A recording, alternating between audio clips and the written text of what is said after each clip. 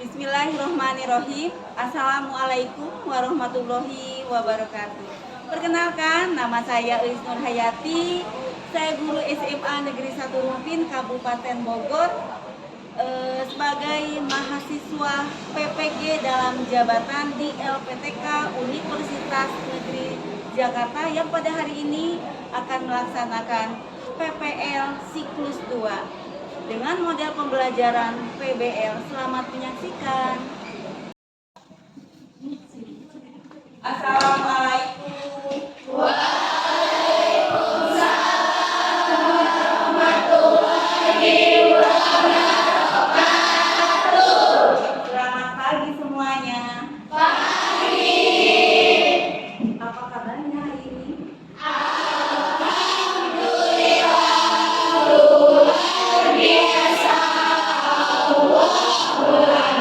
Alhamdulillah kita semua masih diberikan nikmat sehat dan nikmat panjang umur sehingga pada hari ini kita bisa melaksanakan aktivitas kita seperti biasa.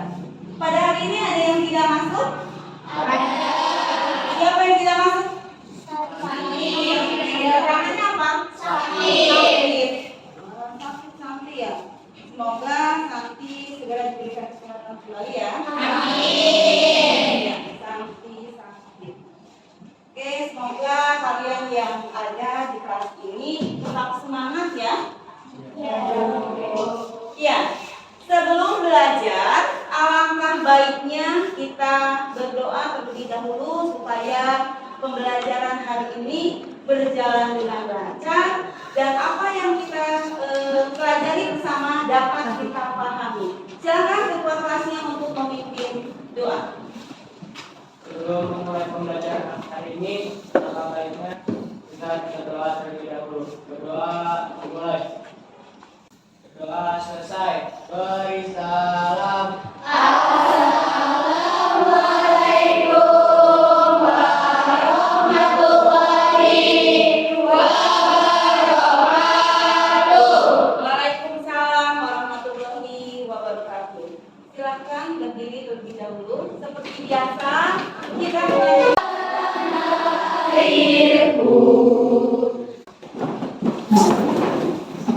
Ya, hari ini kalian sudah siap belajar? Siap.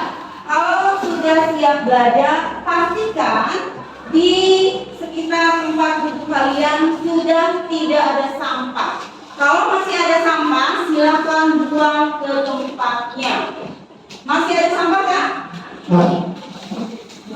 Oh, silakan dibuang.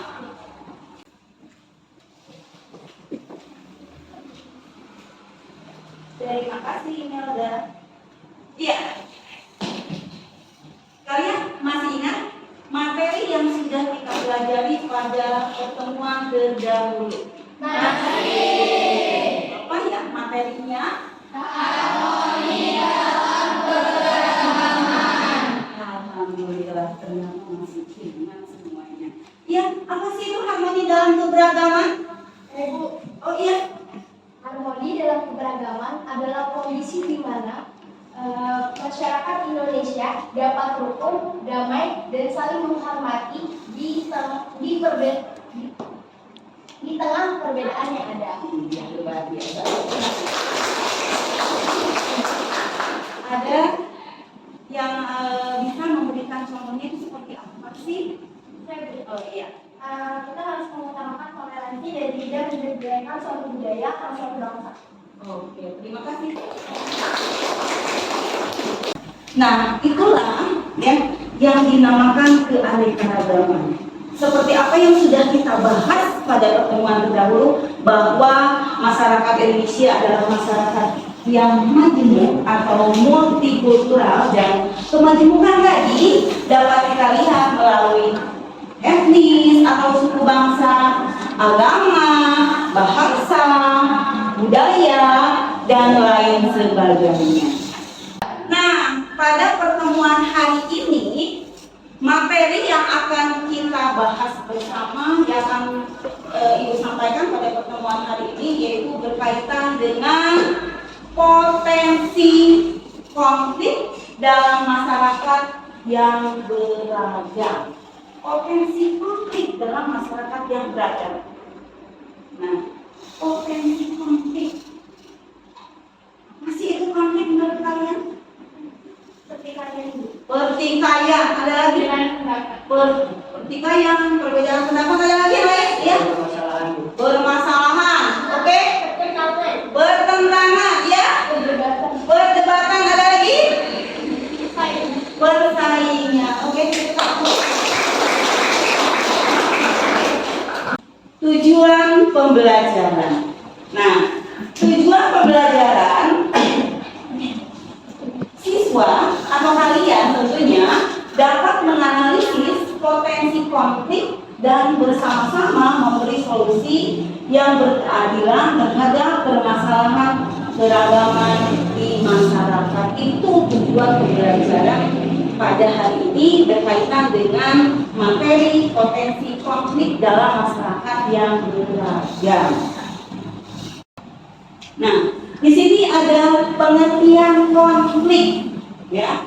Berdasarkan Undang-Undang Nomor 12 Tahun 2012, konflik adalah perseteruan atau benturan fisik dengan kekerasan antara dua kelompok masyarakat atau lebih yang berlangsung dalam waktu tertentu dan berdampak luas yang mengakibatkan ketidakamanan dan disintegrasi sosial sehingga mengganggu stabilitas nasional dan menghambat pembangunan nasional. Jadi pengertian konflik menurut Undang-Undang Nomor 12 ini tahun 2012 itu mengakibatkan disintegrasi, seperti apa yang sudah kita bahas ya pada pertemuan terdahulu, bahwa yang dinamakan disintegrasi itu adalah perpecahan. Oke, siap ya? Ya. So kita simak bersama. Kehidupan itu menjadikan negara dapat melakukan gesekan antar sesama. Tidak kecuali luar sini atau dunia masyarakat akan berusaha menyelesaikan permasalahan dengan dialog, terutama di negara maju. Ada saja dilihat di mana seseorang lupa dengan makna tali persaudaraan dan betina di luar negara.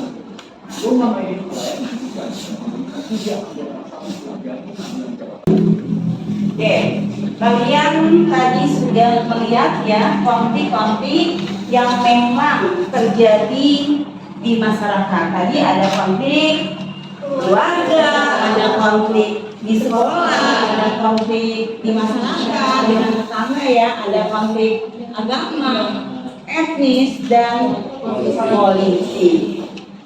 Nah, tadi setelah kalian melihat ya tayangan-tayangan tadi, apakah kalian masih semangat?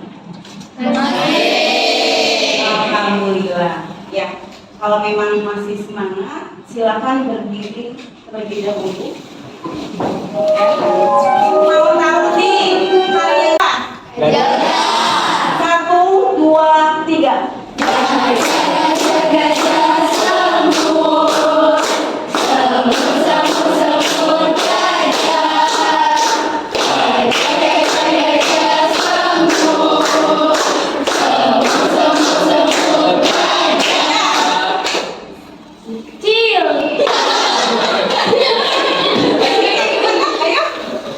Konsentrasi tidak ya? Terima kasih, silakan duduk kembali. Kita membagikan LKPD atau lembar kerja peserta didik, ya. Jadi silakan kalian diskusi dengan kelompok masing-masing. Setelah diskusi kalian melakukan presentasi, diisi lembar LKPD-nya. Termasuk nama kelompok kalian itu diisi, ya. Siap ya? Ya. Kelompok 1, tadi topiknya apa kelompok 1? Oke. Kelompok 2, tadi topiknya apa? Iya. Kelompok 3, tadi apa? Kelompok terakhir, topiknya apa? Etnis atau suku bangsa. Silahkan bekerja dengan kelompoknya masing-masing. Silahkan diskusikan.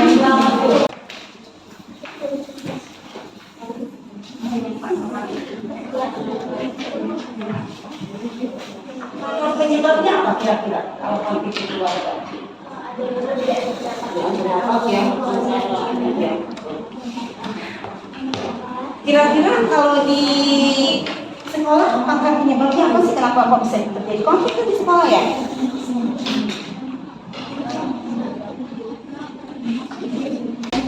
Perbedaan pendapat, perbedaan yang pilihan ya, beda pilihan.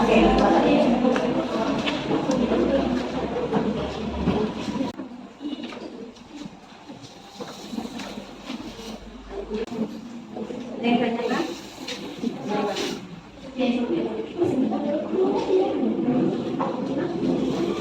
Sudah selesai? Sudah. Alhamdulillah. Kalau sudah selesai, kita mulai ya presentasinya. Dimulai dari kelompok 1 terlebih dahulu.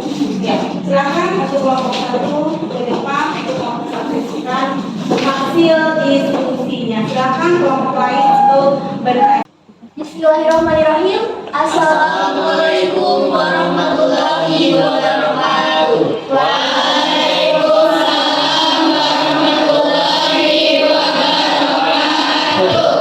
Selamat pagi, salam sejahtera untuk kita semua. Pertama yang terhormat kepada Ibu Yusmil Hayati SPD selaku guru mata pelajaran pendidikan Pancasila kelas 11 dan teman-teman sekalian. Di sini kami dari kelompok 1 akan mempresentasikan mengenai konflik dalam hubungan keluarga. Sebelum lanjut pada materi presentasi hari ini, izinkan kami untuk memperkenalkan diri kami terlebih dahulu. Perkenalkan, nama saya Imelda Iswani selaku moderator pada presentasi ini, dan rekan saya. Nama saya Farid Firdiansyah selaku pemateri pertama. Nama saya Mela Mustika dari pemateri kedua. Saya Nisa Rayo selaku pemateri kedua. Baik, langsung saja masuk pada materi presentasi. Yang pertama akan disampaikan oleh Farid Firdiansyah. Konflik dalam keluarga. Konflik dalam keluarga yaitu konflik dengan saudara atau ayah atau ibu yang disebabkan oleh kesalahpahaman atau perselisihan dalam keluarga. Baik, langsung dilanjut oleh Nisa. Faktor penyebab konflik dalam keluarga. 1. Cemburu sosial dalam masalah keluarga. 2. Perbedaan pendapat. 3. Kurang kasih sayang. 4. Ketidakserasian antara perilaku anak dan harapan orang tua. 5. Masalah ekonomi. Baik, akan dilanjutkan kembali oleh Anissa Rahayu. Dampak dari konflik yang sering terjadi di keluarga dapat menyebabkan suami yang tidak stabil dan upaya pemecahan konflik di lingkungan keluarga, di antaranya yaitu yang pertama meminta maaf dulu, yang kedua mencari solusi bersama, yang ketiga seruti kehendak orang tua, dan yang keempat bicarakan dari hati ke hati, serta yang kelima dengarkan nasihat orang tua.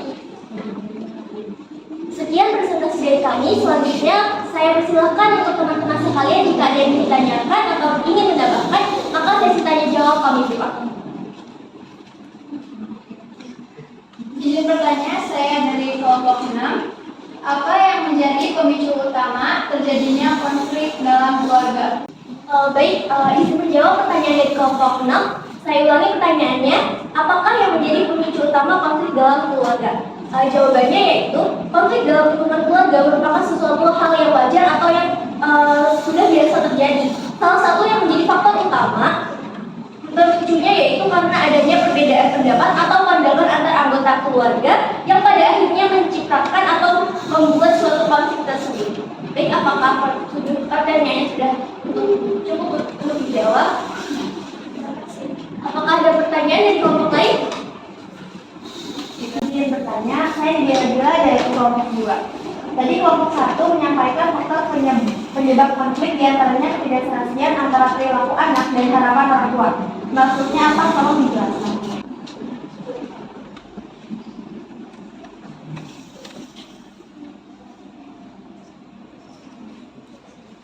Baik, izin menjawab pertanyaan dari kelompok 2. Saya ulang lagi pertanyaannya, apa yang dimaksud dengan ketidaksesuaian antara perilaku anak dan harapan orang tua? Dan izin menjawab, jadi yang dimaksud dengan ketidaksesuaian antara perilaku anak dan harapan orang tua yaitu apa yang menjadi keinginan orang tua tidak sesuai dengan kenyataannya. Misalnya, orang tua itu menginginkan anaknya setelah lulus SMA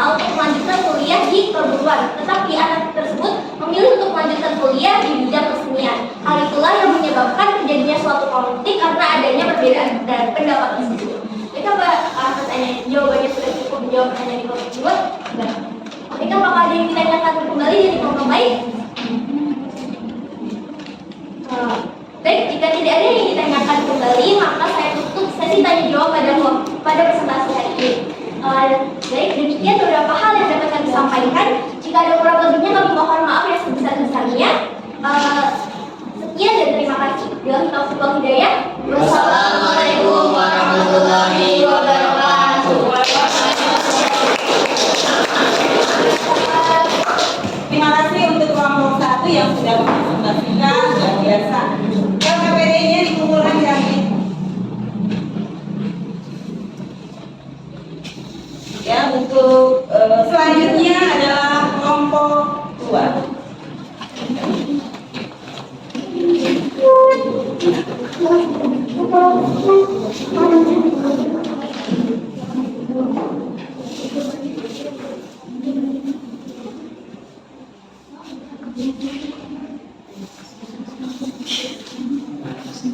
Baik, mohon perhatiannya semuanya. Assalamualaikum warahmatullahi wabarakatuh. Waalaikumsalam warahmatullahi wabarakatuh. Baik, sebelumnya perkenalkan nama saya Danang Okta sebagai moderator di kelompok 2. Silakan perkenalkan diri. Nama saya Nisa, nama saya Nidia Nabila, nama saya Rila, nama saya Rizky Nurajijah.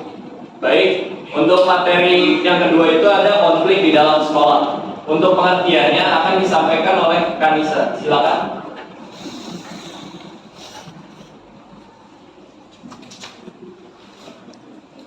Baik, saya akan menjelaskan tentang konflik di sekolah. Konflik di sekolah mengacu pada pertentangan, ketegangan, atau perselisihan antara individu atau kelompok di lingkungan sekolah. Konflik ini dapat melibatkan siswa dengan siswa, siswa dengan guru, atau guru dengan kepala sekolah. Baik, terima kasih Kak Nisa. Adapun faktor penyebabnya yang nanti akan disampaikan oleh Kak Nidia. Silakan Kak. Baik, di sini saya akan menjelaskan beberapa faktor penyebab yang akan menimbulkan konflik di sekolah. Yang pertama, kepala sekolah yang kaku atau idealis. Yang kedua, siswa tidak toleran. Yang ketiga, kurangnya perhatian dari orang tua. Yang keempat, perasaan yang tidak jelas terhadap dirinya atau orang lain. Yang terakhir, kurang dapat mengendalikan diri sendiri dari rasa amarah dan sikap bermusuhan. Selanjutnya ada dampak dari konflik yang akan dibacakan oleh Rila. Baik, selanjutnya yaitu dampak. 1. Hancurnya kesatuan kelompok. 2. Perubahan dalam diri individu. 3. Hancurnya nilai-nilai dan norma sosial. Baik, yang terakhir materinya akan dibacakan oleh Lispi ya. Dan saya akan melanjutkan tentang penyelesaian konflik di sekolah. Bisa dilakukan melalui 1. Konsiliasi. Konsiliasi adalah metode perundingan yang menggunakan bantuan dari pihak ketiga. 2. Mediasi. Mediasi adalah proses penyelesaian melalui proses perundingan. Yang ketiga, arbitrasi. Arbitrasi adalah proses untuk menyelesaikan suatu perkara berdasarkan kebijaksanaan. Baik, apakah bisa dipahami teman-teman? Bisa. Apakah ada pertanyaan? Silakan. Saya perkenalkan, nama saya Bunga Lestari, saya dari kelompok 3. Tolong jelaskan penyelesaian konflik dengan cara mediasi dan berikan penjelasan dan contohnya. Baik, mungkin bisa langsung dijawab ya oleh Kak Nidia. Silakan Kak Nidia. Baik, jadi tadi dari kelompok 3 ada pertanyaan, tolong dijelaskan penyelesaian konflik dengan cara mediasi. Penyelesaian konflik dengan melibatkan pihak ketiga yang netral dan tidak memiliki kewenangan untuk mengambil keputusan. Pihak ketiga membantu pihak-pihak yang berkonflik mencapai penyelesaian atau solusi yang diterima oleh pihak kedua yang diterima oleh kedua belah pihak. Apakah ada pertanyaan? Baik, cukup mudah dipahami. Apakah ada pertanyaan lain dari kelompok lain? Cukup? Baik, sebelum kami menutup presentasi kali ini, izinkan Kak Nidia menyampaikan kesimpulan. Silakan Kak.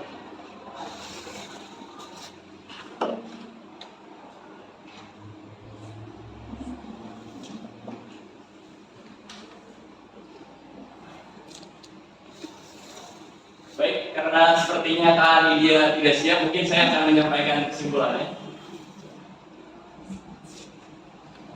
Oke, kesimpulan dari presentasi kita kali ini yang pertama itu tadi ada pengertian tentang konflik di dalam sekolah.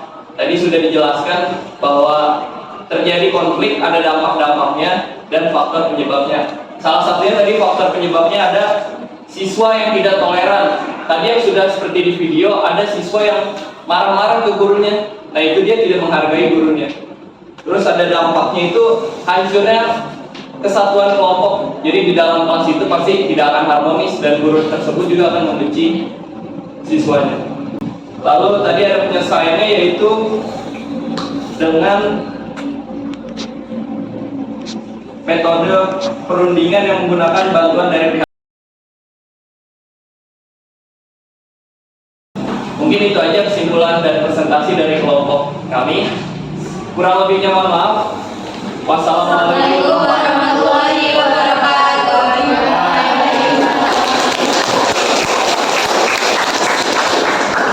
Ya, terima kasih kelompok tua yang sudah mempresentasikan berkaitan dengan konflik di sekolah. Terima kasih.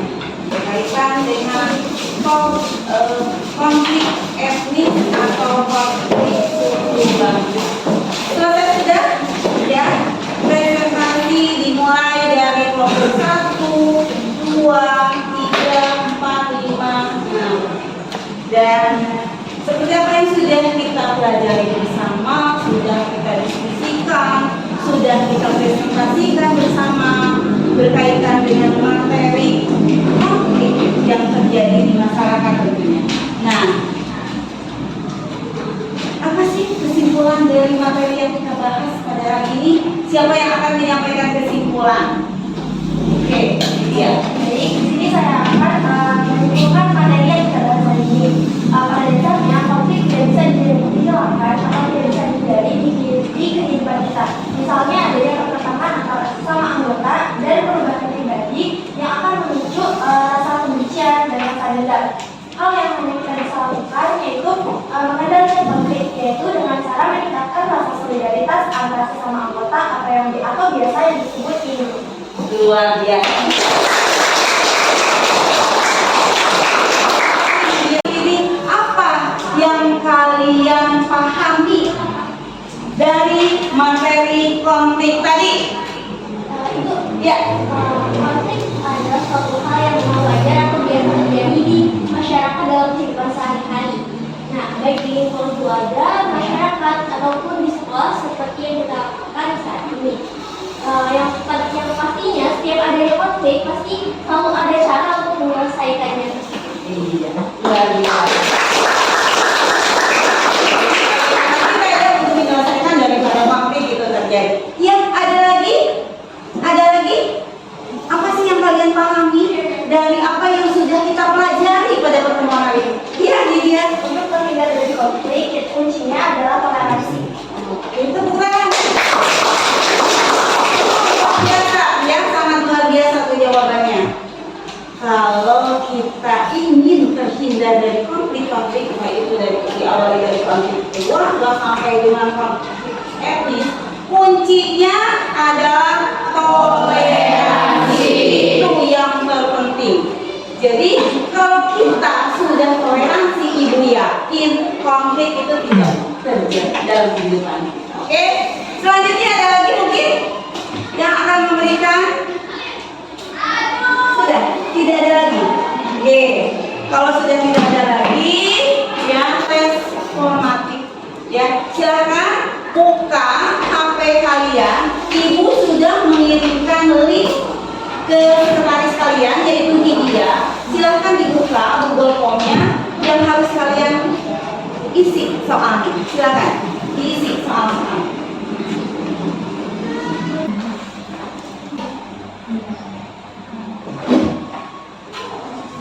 Sudah ya? Sudah selesai? Sudah. Ya, untuk pertemuan yang akan datang, ya, materi yang akan kita bahas bersama itu berkaitan dengan bentuk-bentuk penyelesaian konflik.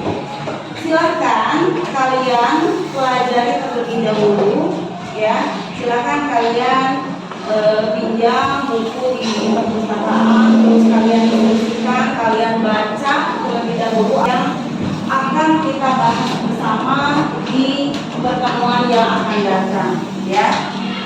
Kita seperti biasa ya, kita diskusi lagi seperti biasa,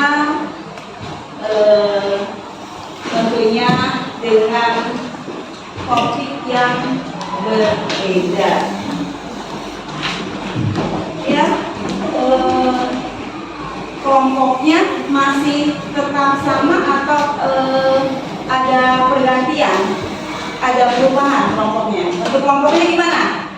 Untuk kelompoknya masih tetap seperti ini atau ada perubahan? Ini aja, tidak ada perubahan. Kalau ibu maunya ada perubahan, ya? Gimana? Hah? Boleh ya? Dirubah lagi, ya. Kelompoknya, ibu inginkan kelompoknya berubah, ya. Jangan ini saja kelompoknya, ya. Ibu ini punya pantun buat kalian, ya. Ibu punya pantun buat kalian dan tolong ya kalian catatkan. Setuju? Setuju. Ya. Pergi berbelanja ke pasar. Saking besarnya jadi kesasar. Jika ingin menjadi pintar, tentulah harus rajin belajar.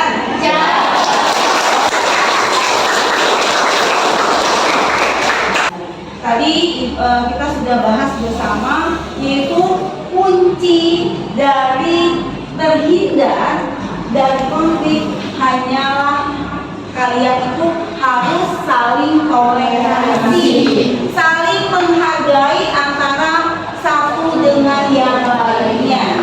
Ibu yakin kalau kalian sudah mempunyai sikap toleransi, ibu yakin konflik akan terhindar dari kehidupan kita. Entah itu konflik di keluarga, entah itu konflik di sekolah, entah itu konflik dengan tetangga seperti apa yang sudah kita lihat, entah itu konflik di etnis, agama maupun politik, ya. Mungkin pertemuan hari ini, ya, selesai. Mudah-mudahan tadi apa yang sudah kita pelajari bersama bermanfaat, ya. Amin. Untuk kita semua, dan tentunya ya sebelum kita akhiri pertemuan hari ini, silakan ketua kelasnya untuk memimpin doa bersama supaya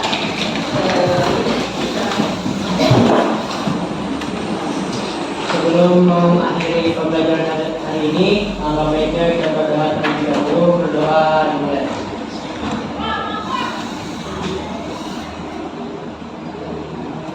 Doa selesai. Mari salam.